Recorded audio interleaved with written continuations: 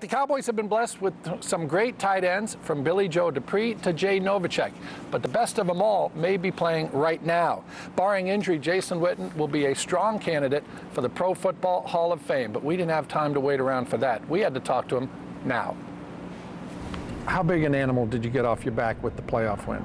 Was it a mouse, small dog, gorilla? Man, that was a gorilla for sure, big gorilla. I think kind of ever since I've been here, and even before that, it's kind of been hanging over our head. And you know, I think the expectations are always really high, but to be able to accomplish that and do it against Philly, who's kind of controlled this division for the last decade, I think we made some big steps. And after the game, it was almost like, yeah, that was a great accomplishment, but we're ready for the next challenge, you know. And obviously, we didn't finish that one off like we needed to in Minnesota, but I felt like the team expectations were high. You know, I think the worst thing you can experience is going to a game and oh, we won a playoff game. You know, great. I mean, that's not the goal here. I mean, yeah, that was good, and you know, now 2 months later, we can look back at it and say that was something we accomplished. But I mean, let's not kid ourselves. We know what the goal is, and we need to get there quick. You had 94 receptions, made your 6th Pro Bowl. What kind of year did Jason Witten have? It was good. I mean, I think it was. You know, consistency is the name of the game, I think, when you try to play at a high level. But, you know, I feel like I need to do a better job in the red zone. I think that's something, only 2 touchdowns, it's something that you definitely have to build on, especially being a tight end.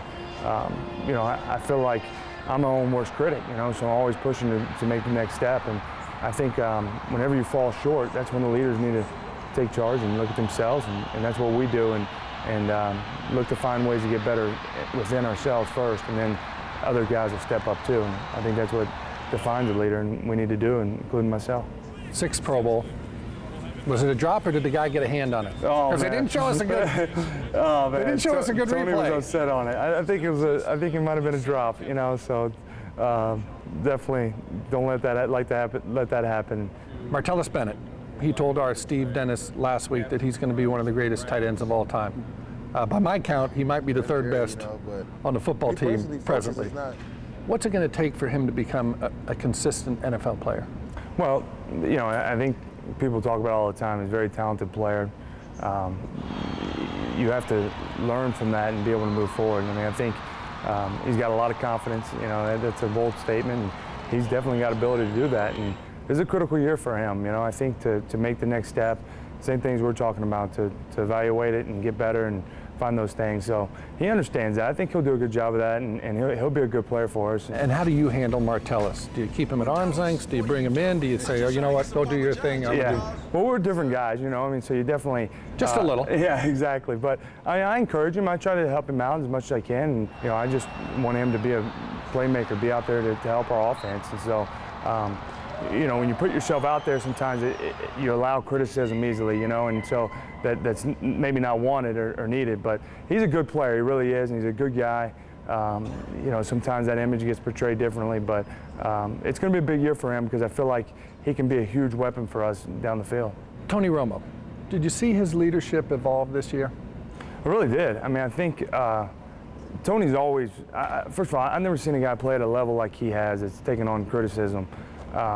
You know, he's as good a quarterback around here in the NFC. I think obviously Peyton and Drew Brees, and I think Tony can be right there. And obviously he's going to be judged off of what he does in the postseason, and so he understands that. But his consistency, being the same guy on Wednesday and the same guy on Sunday, I think is really where he stood out this year.